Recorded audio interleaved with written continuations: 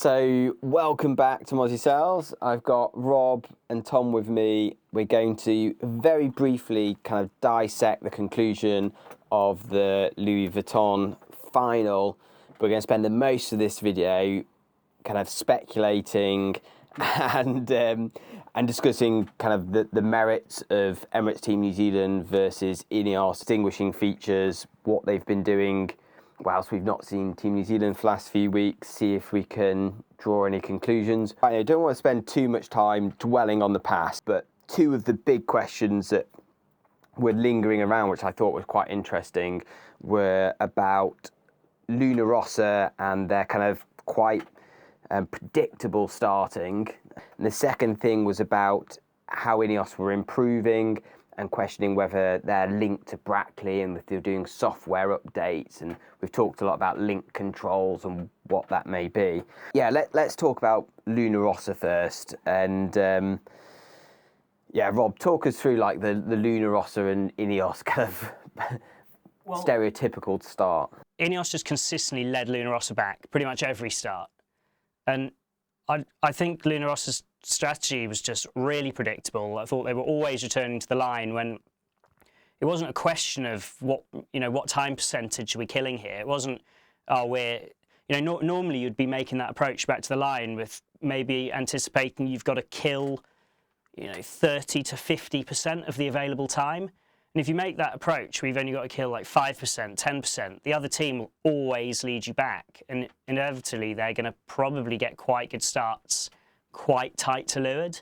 And what do you think? Do you think Luna Rossa should have switched things up earlier? Or? I kind of agree with your point, Rob, that the predictability was there.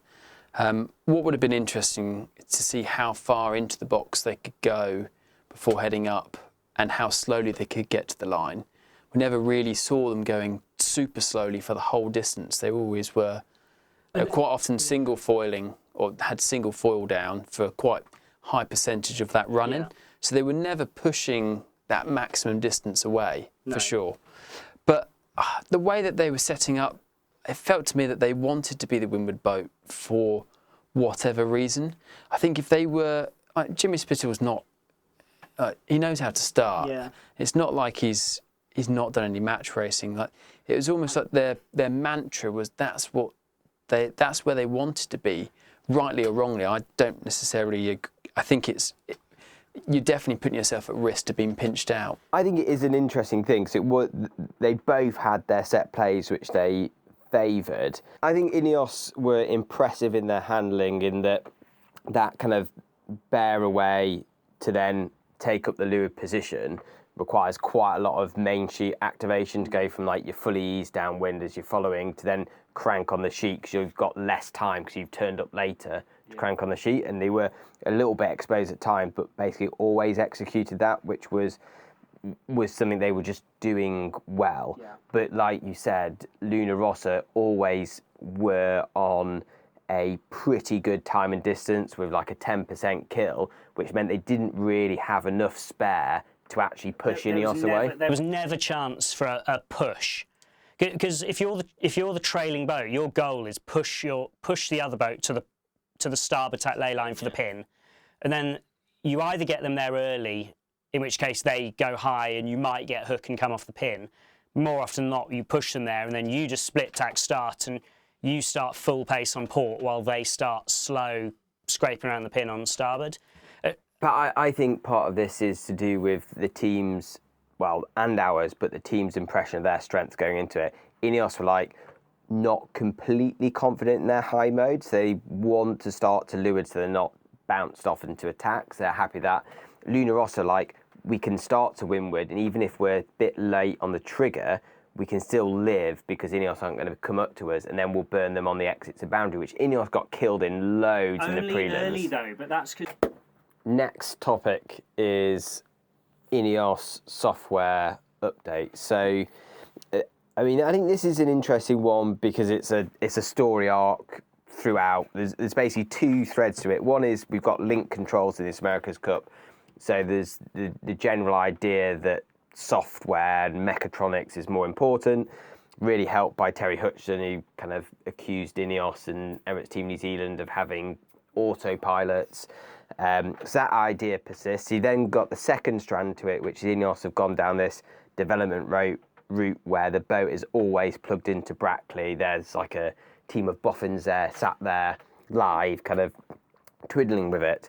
And then the final kind of like I don't know, element of this story to make it a question that pops up a lot is on the first day of the finals, we had the first race and a huge break where they didn't race the youth final, they just showed a broadcast of it. The phenomenon of showing a replay of a live event in a slot dedicated for the live event, but that thing happened an hour earlier rather than in the window that was exactly the right length of time to just show the thing live in the first place. The result of it was they had like this insane amount of time between the races, like an hour and a bit.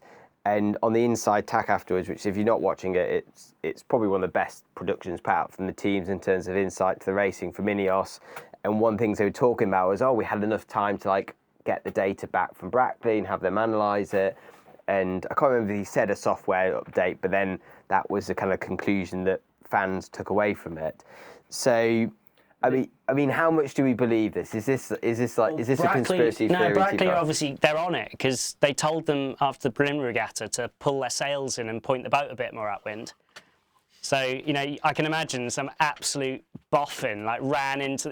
They're like, "Don't launch the boat. We're waiting for the important data." And then the guy runs in the room and it just says like, "Sheet the main in a bit." And they're like, "Okay, we'll try that." And then suddenly they're rapid. What do you think? Because also there was another mention of them putting different software updates on further into the regatta as well. Yeah. I think Ben called it in between, maybe for the sail in, doing another. So there's obviously something that they are massively implementing in their process.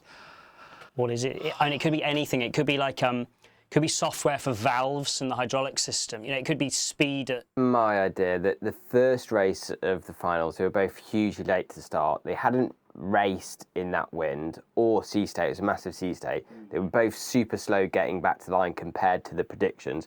So they got this one design software, race management software, but they have to put their own polars into it.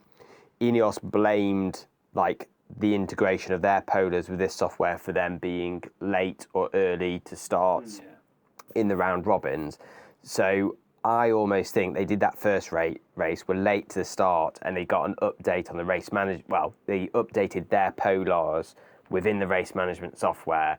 And then the next race, they started on time, going faster, and it was a marginal win to the start in the stereotypical fashion we saw every time. So that's why I think. Tight lid. Sail to the boundary, smoke them on the return.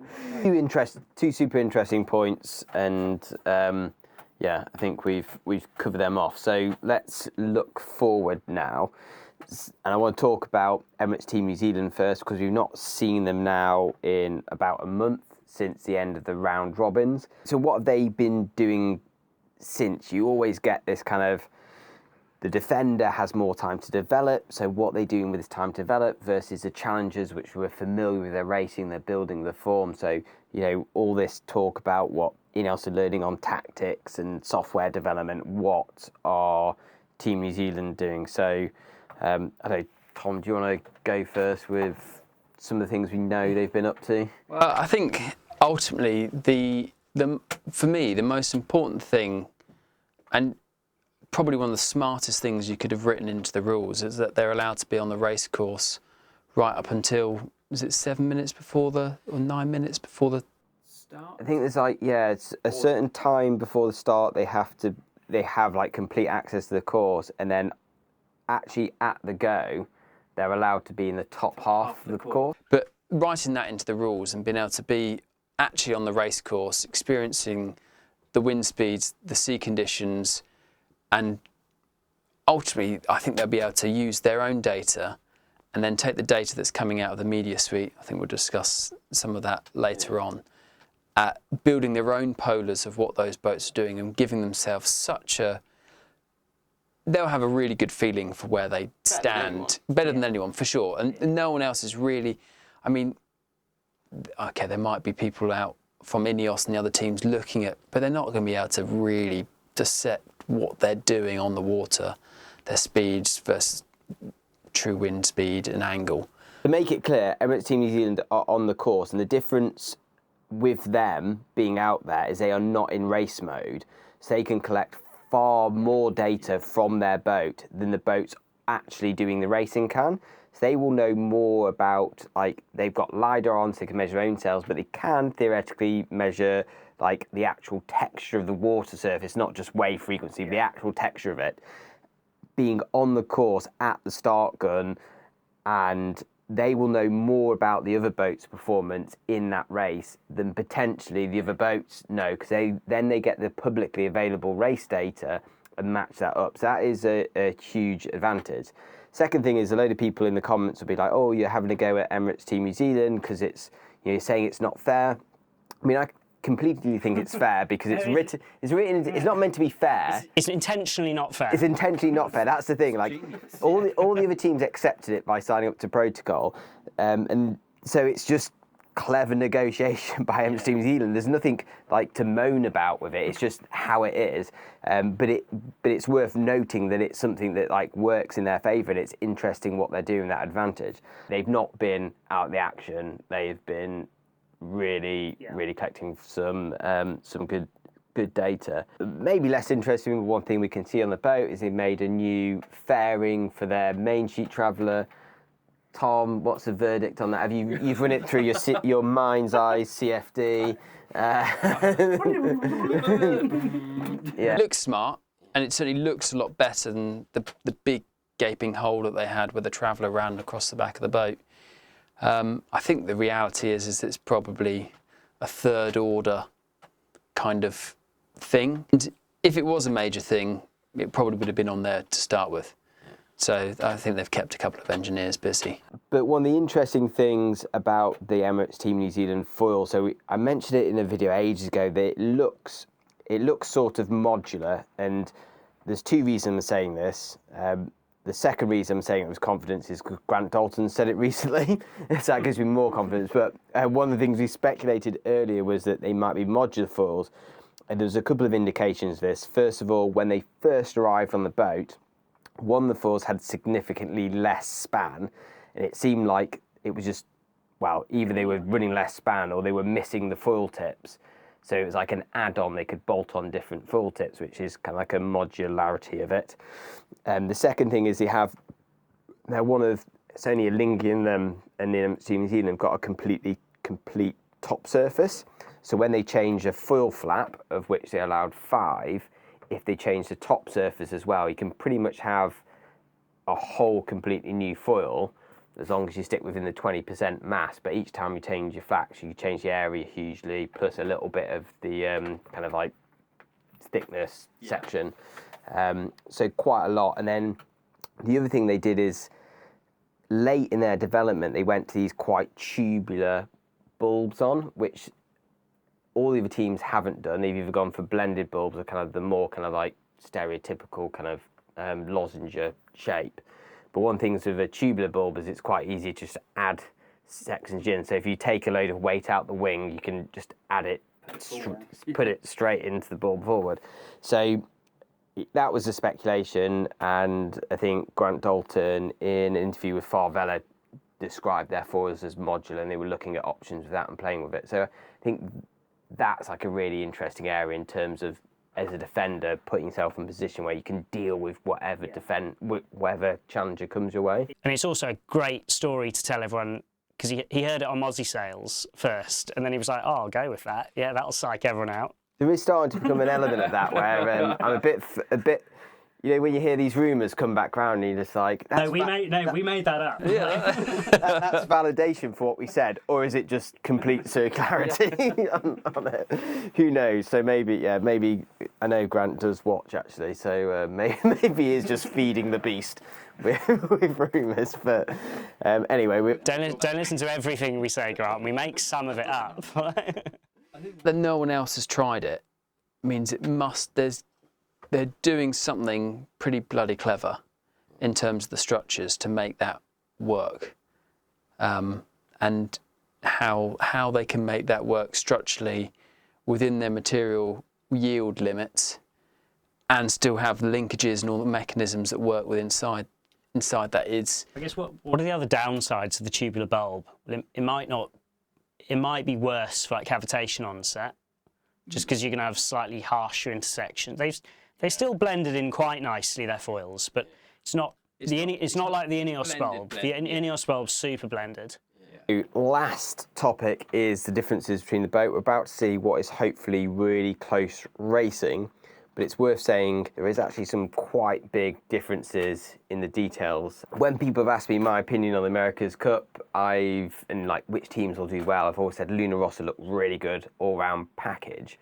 But development-wise, they've actually kind of mingled paths with Emirates Team New Zealand and ended up reasonably close in terms of what their platform looked like. Whereas INEOS are really probably as far apart from Emirates Team New Zealand in a lot of regards. I guess the only area they're pretty close to Emirates Team New Zealand is foil area. So these are the two boats we're left with, the boats with the smallest foils, but there's quite a lot of difference in what the foils look like. Tom, do you want to start with the... To start with, as we talked about, there wasn't actually that much recon from the New Zealand foils. So when we did an analysis, must have been two months back, I think it might have been in June, the INEOS foils were actually, they looked like they were still 8% bigger than where Team New Zealand are.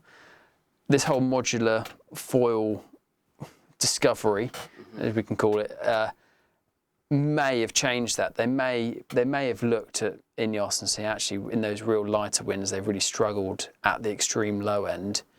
They might be more conservative now. It's an interesting decision pathway for New Zealand to go down if they do have this ability to adjust their foil area and flap ratio. Actually, you see your main competitor with the smallest foils out of all the challengers. You were looking to be on the smaller side of them again. Are you conservative and you bring yourself up to them? I do think being a tiny bit faster upwind actually gives you a much bigger benefit around the racetrack than being a lot faster downwind. Always does in a fast boat. Yeah, and just because you can't cover from behind. So if you can get to the windward mark first, that is so important. And I think if I was going to match another boat, I would err on the side of let's be a tiny bit faster upwind. And if the compromise then is that you accept a downwind loss, I think that is a worthwhile compromise. Just genius move to have that flexibility. And if they get it wrong, they'll just crash the forklift into the flaps and put the spare set on. In terms of visual look, New Zealand have got the long tubular bulb, whereas INEOS have come for a much more conventional style. It looks a lot fairer, a blended... You've got the kind of like the mast that comes down, and they've actually not really got much bulb protruding forward, have they? It just kind of sweeps back all blended in. If you were to look at the two, visually, the INEOS ones look sleeker, you'd say, whereas the New Zealand ones look a bit more agricultural in that sense. They don't look quite as refined. I'm sure that's not necessarily the case, but that's the kind of the visual impression that you get. The downside of that kind of tubular bulb is the intersection's a little bit harsher on Emirates Team New Zealand, but if they're aiming to race in lighter conditions where cavitation isn't quite the same risk, then you need to mitigate that around the intersection as much, maybe not. Yeah, I mean, obviously, like a cylinder's less surface area for given volume than some blended shape.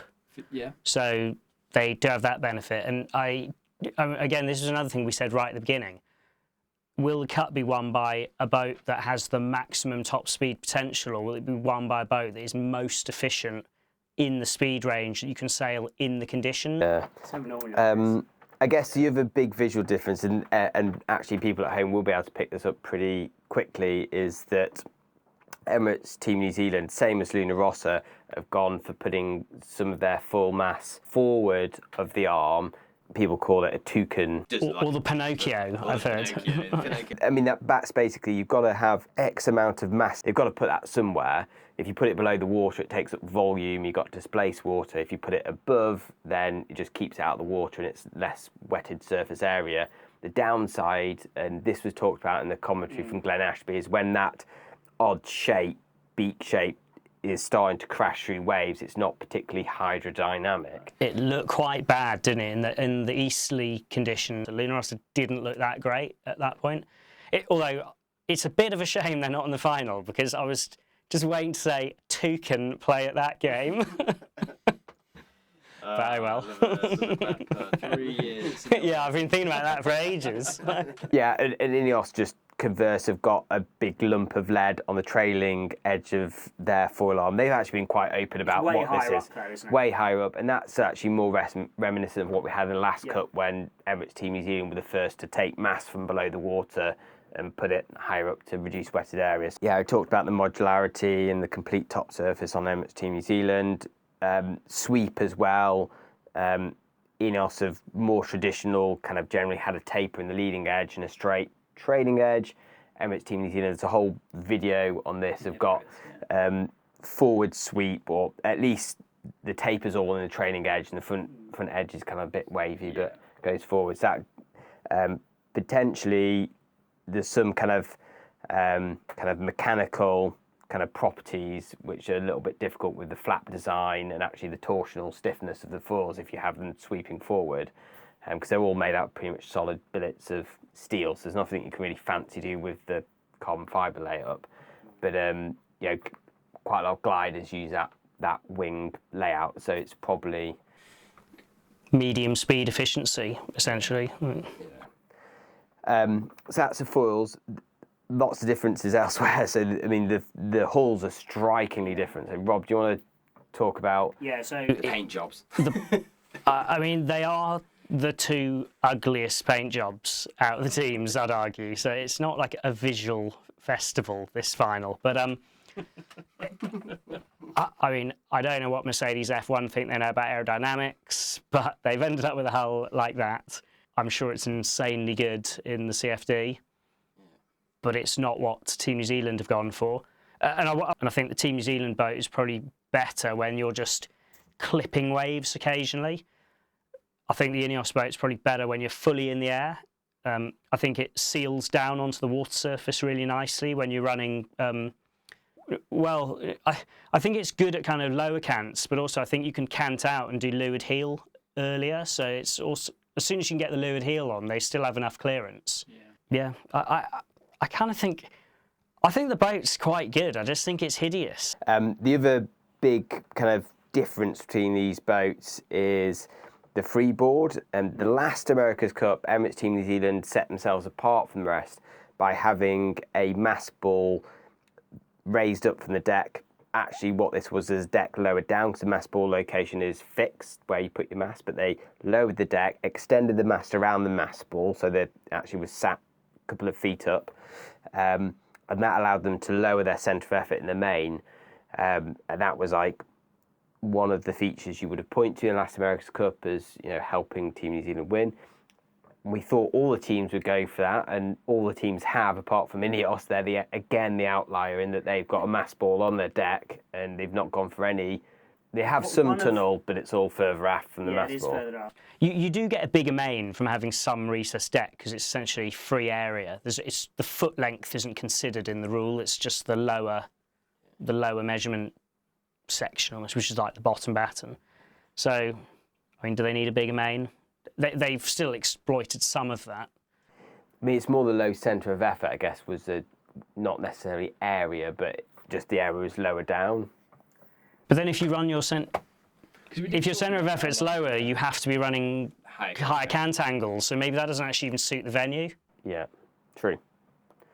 So maybe someone worked that out, hopefully. Yeah. Well, we worked out in 3 seconds just talking about it, so I imagine they did.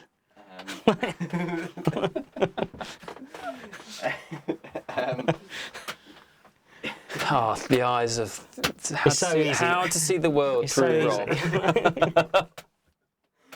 Rob. It's easy, Tom. You just assume that you are of like mediocre intelligence, and therefore, if clever people haven't thought about it, they're not as clever as they think. The final difference between the teams is actually just how they've laid the crew out on the boat. Rob, do you want to talk us through who sits? 2 cyclors each side, and then they've got a driver and a trimmer on each side of the boat. And there's no swapping sides at all. I guess anyone watching this probably watched some of the other racing, so they know that. Team New Zealand have their trimmer right at the front, like right next to the foil arm, and then the driver sitting behind them.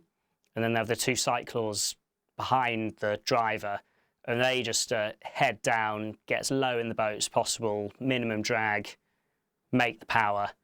Probably doing some other functions, but really hard to tell just watching the footage. So what are they actually doing? So the drivers, we think the drivers are steering the boat, and then they're doing what on INEOS they call this roll. So roll is the traveller, and the jib is probably moving in sync with that, just with the link control. So that is the roll of the boat. So, and then the front trimmer is doing like overall global settings, the sail plan. So primarily selecting presets based on true wind speed, true wind angle, you know, tack exit preset, bear away preset, all these kinds of things. And they're also doing the main ride height of the boat on the foil flap. And then between them and the helm, they'll also be looking at the boat pitch via the rudder angle. So those 2 guys are primarily doing those roles. I mean, the cyclors might be doing pitch for all we know.